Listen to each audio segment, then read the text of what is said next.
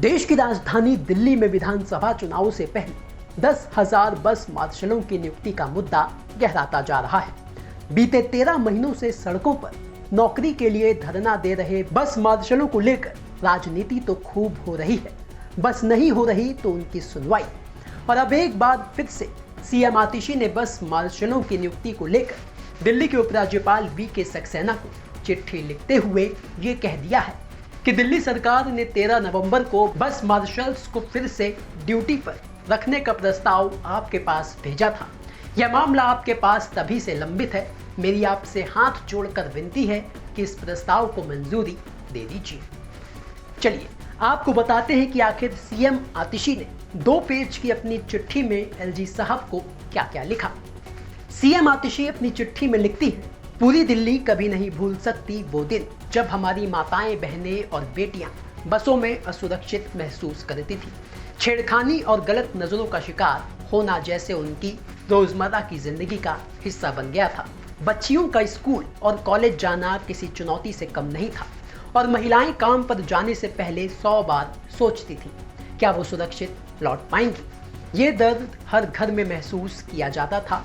हमारी सरकार ने समस्या को गंभीरता से लेते हुए बसों में 10,000 से ज्यादा मार्शल तैनात किए। इन मार्शल ने ईमानदारी से अपना काम करते हुए बहुत से उपद्रवियों को पकड़ा था।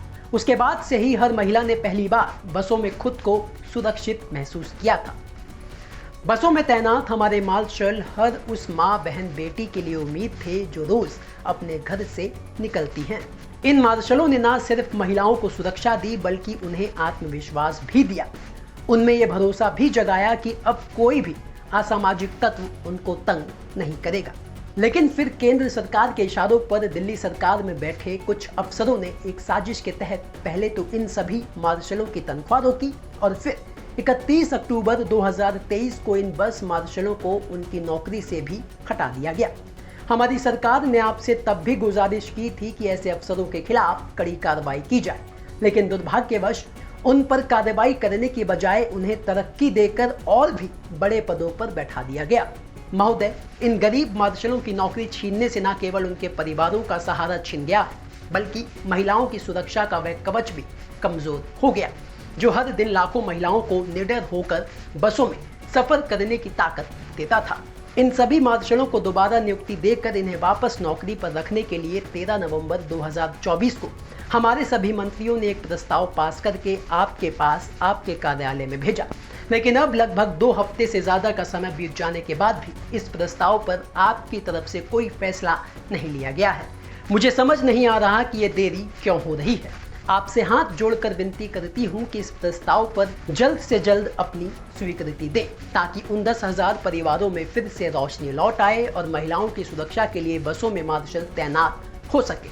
आपकी स्वीकृति का इंतजार केवल इन मार्शलों को ही नहीं बल्कि मुझे और हमारी पूरी सरकार, इन मार्शलों के परिवार और दिल्ली की सभी महिलाओं को है।